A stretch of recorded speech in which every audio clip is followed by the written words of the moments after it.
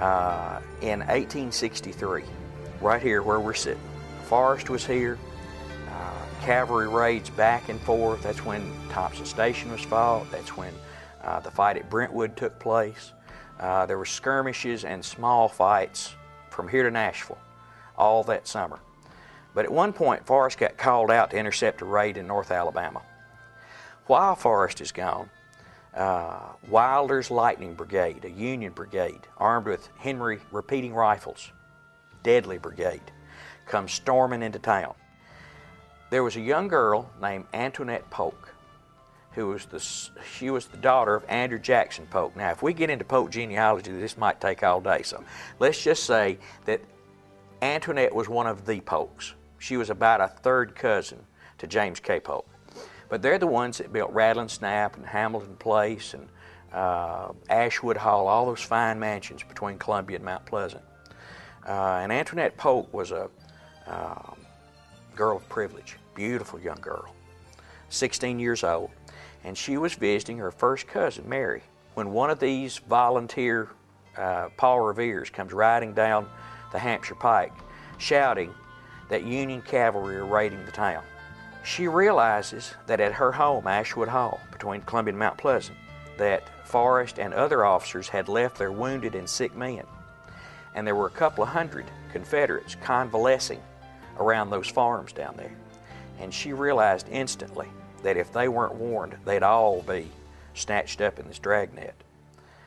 She runs out the back door. You know, she's dressed like a young girl of privilege. She's even got a big ostrich feather in her hat. Her horse is a thoroughbred, as you might expect. The horse's name was Shiloh, beautiful horse. She hops on Shiloh without almost a word to anybody except "I've got to go," and takes off across the back fields of Buena Vista. As she pops out of the trees and into the big back pasture, about 20-acre pasture, headed for the back corner fence that borders the Mount Pleasant Pike, she saw the Union cavalry coming down the pike.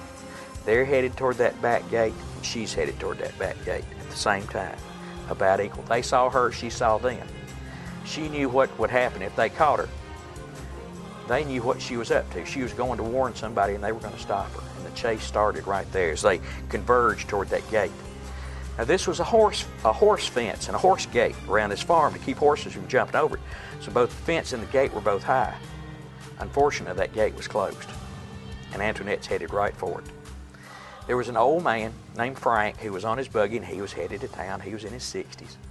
And he sees this too. He's in Mount Pleasant Pike. He sees her coming, he sees them coming, and without thinking, he jumps out of his buggy, and just as she gets to that gate, he snatches it open.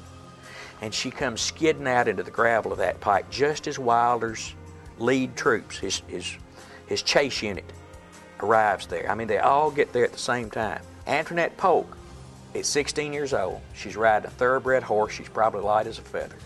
Horse is fine-blooded, wonderful horse. Now, Wilder's men are mounted on good horses too, but they're carrying a lot of equipment. The men, they weigh twice what she does in a lot of cases. And she outpaces them, but not before they got so close to catching her, they got the feather out of her hat. Remember that ostrich feather? They got it out of her hat, but that's as close as they got. They chase her for a couple of miles out Mount Pleasant Pike to about where the Murray County Shopping Center is now. And then they decided that she might be leading them into a trap. So they let her go. Antoinette gets home, warns everybody. They hide all they can hide. The Confederates all flee to the hills to get away. But the next morning before dawn, Wilder's whole column comes cantered into her farm and begin to round up all the livestock, all the cattle, all the hams, all the bacon, all the meal, all the flour, everything that they can haul away. They began to load it up and haul it away, including her horse, Shiloh. She begged the officer to not take her horse, and he wouldn't hear of it. He took everything. That would be the last that Antoinette ever saw that horse, of which she was so obviously very proud of and very fond of. But then Forrest comes back and drives the Northern soldiers back out. And the folks in Columbia throw Forrest a reception. at the Athenaeum, which still stands. And Forrest calls Antoinette Polk over, and he says, "Young lady, I appreciate what you did for us. It was a brave thing, and it saved a lot of men. I don't have much that I can give you, but my men and I won this flag honorably on the field of battle. It is the command flag of Able Strait, and I would like to give this to you as a souvenir of my appreciation for what you did for me and my men." As the war ended, her father, Andrew Jackson Polk, had been a Confederate cavalryman himself, but was wounded and sick toward the end of the war and had come home. And like everybody else in the South, rich and poor, he was broke. You know, the livestock had all been driven off, the food was all gone, the money was no good, and he was just as broke as the poorest guy in town. They were all broke. They were all pretty much financially ruined. Now, Andrew Jackson Polk had invested some money in the shipping industry that he had lost track of during the war, during the blockade. And he began to try to establish his connections with his factor. Factor was like your business partner in another city that could do business in your name.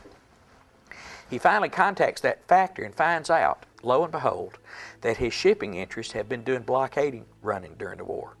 And once again, he's a wealthy man. He takes his family, including Antoinette, his daughter, and Van Leer, her brother, and they move first to Switzerland and then to France, just outside of Paris. And there, the lovely young Antoinette meets a dashing French colonel of the Pontifical Zouaves, the Baron de Charette, and they fall in love. And she marries the Baron de Charette and becomes the Baroness. And for the rest of her life, she lives in a chateau outside of Paris with all the trappings of empire nobility. Antoinette's son, Antoine Van Leer Polk de Charette, also was in the French cavalry. But his connections to America through his mother were pretty thick, and he ended up marrying a Kentucky bourbon belle from horse country. Now, when we say bourbon, we're not talking about the whiskey. We're talking about the country, the horse country of Kentucky. And he married this young lady, and as years went by, he inherited not only the chateau, but also a fine horse farm in Kentucky. They had a daughter, and that daughter married a man who would eventually become an American Marine Brigadier General. And they settled, finally, at his retirement, on that horse farm in Kentucky. As we were doing research on Antoinette Polk and trying to find out about her, I talked to folks at the Polk home, talked to Tom Price, the curator, and asked him, were there any relatives left of Antoinette? And he says, yeah, her granddaughter lives in Shelbyville, Kentucky. So I got her phone number and called her. Lovely lady. And I said, Ms. Van Stockham, do you have anything left that belonged to Antoinette, anything that she touched? She said, well, little reedy voice, she said, well, we have an old beaded purse, we have a string of pearls, we have that old flag. I said, you have the flag? Well, it's an old flag that General gave all those years ago. I said, you have the Able Strait? Well, I don't know what it is. It's that old flag that the General gave us. You had it hanging up in the chapel in the chateau in Paris. And I said, Miss Van Stockham, would it be possible for me to come and see that flag? This is about 9 o'clock in the morning. Well, we'd love to have you come up. You just come up any time. I said, Miss Van Stockham, I could be at your house right after your lunchtime if that would be okay today. And friends, I burned the highway up from here to Shelbyville, Kentucky. Found the farm, pulled up, the two most gracious people I think I have ever met. And in our conversations that day and over another visit, the Van Stockhams themselves had been wondering what to do with the flag. Where should it go? I said, General Van Stockham, would you consider letting Murray County have that flag, since that's where it was presented, since that's where it was brought back to, since that's where Antoinette was from, since that's where she made her ride? Isn't that compelling enough reason for that flag to come back to Murray County? He said, I'll talk to my wife, but I believe it is. Would you like to see it? And And right now today, it's locked in our vault, safely away from sunlight and any damaging conditions. And it is one of our prized possessions.